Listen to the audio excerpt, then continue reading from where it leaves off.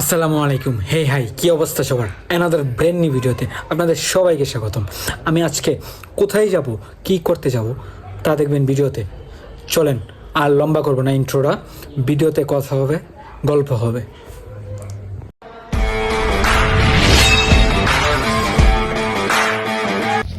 এই মুহূর্তে আমরা আছি গুজাদিয়া থেকে কিশোরগঞ্জ যাওয়ার যে প্রধান সড়ক পিটুয়া হয়ে, সেই জায়গাটাই।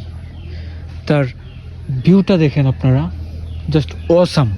এই জায়গাটা দেখলে মনে হবে আমি কোনো ছবির ক্যানভাসে আছি, ছবির মতো সুন্দর। এক কথাই, আমরা যে জায়গাটায় যাব সেটা যাওয়ার জন্য আমরা যদি টামনি আকন্দপাড়া হয়ে জালালপুর হয়ে যাই তাহলে রাস্তাটা সহজ। তাই আমরা এখন এই মুহূর্তে টামনি আকন্দপাড়া আছি। বাইক রাইড করে আমরা এখন 17 দরিয়া পার হয়ে হাতরাপাড়া গ্রামে আছি।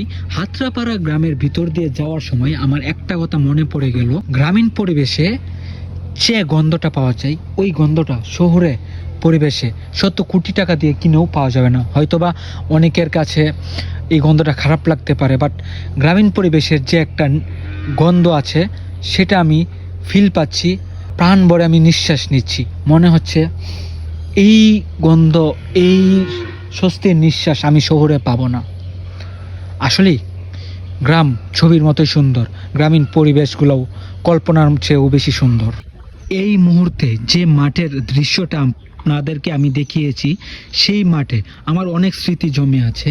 সেই 2021-22 সালের কথা বা করোনাকালীন 20-21-এর কথা। সেই সময়টাই আমরা সবচেয়ে বেশি সময় কাটিয়েছি এই সমিতির মাঠে। দিলওয়ার, হিমেল, রিফাত, রাজি, গোবিন্দ, মুফাজ্জল, জুনায়েদ, আমরা সকলেই এই জায়গাটাতেই একটা টাইমে ক্রিকেট খেলতাম, বিকালে আড্ডা দিতাম। সেই সময়গুলো আর ফিরে আসবে না। সব কিছু এখন স্মৃতি, এক একজন এক এক শহরে আছে, কিন্তু মনের কোণে থেকে যাবে এই সময়গুলো আজীবন। ঠিক এই মুহূর্তে আমরা জালালপুর বাজার পার হলাম। আমরা কিশোরগঞ্জ অভিমুখে আস্তে আস্তে এগুচ্ছি।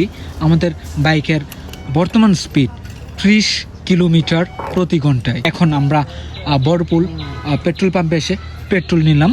পেট্রোল নেওয়ার পর আমাদের গন্তব্য হবে লতিবাবাদ চক্ষু হাসপাতালে। ইতিমধ্যে আমরা কিশোরগঞ্জ লতিবাবাদ চক্ষু হাসপাতালে চলে এসেছি।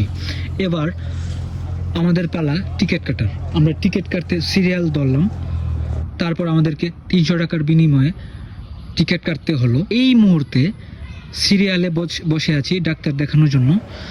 সবাইকে একটাই অনুরোধ, নিজের চোখের যত্ন নেবেন, কারণ চোখ গুরুত্বপূর্ণ অঙ্গ মানুষের।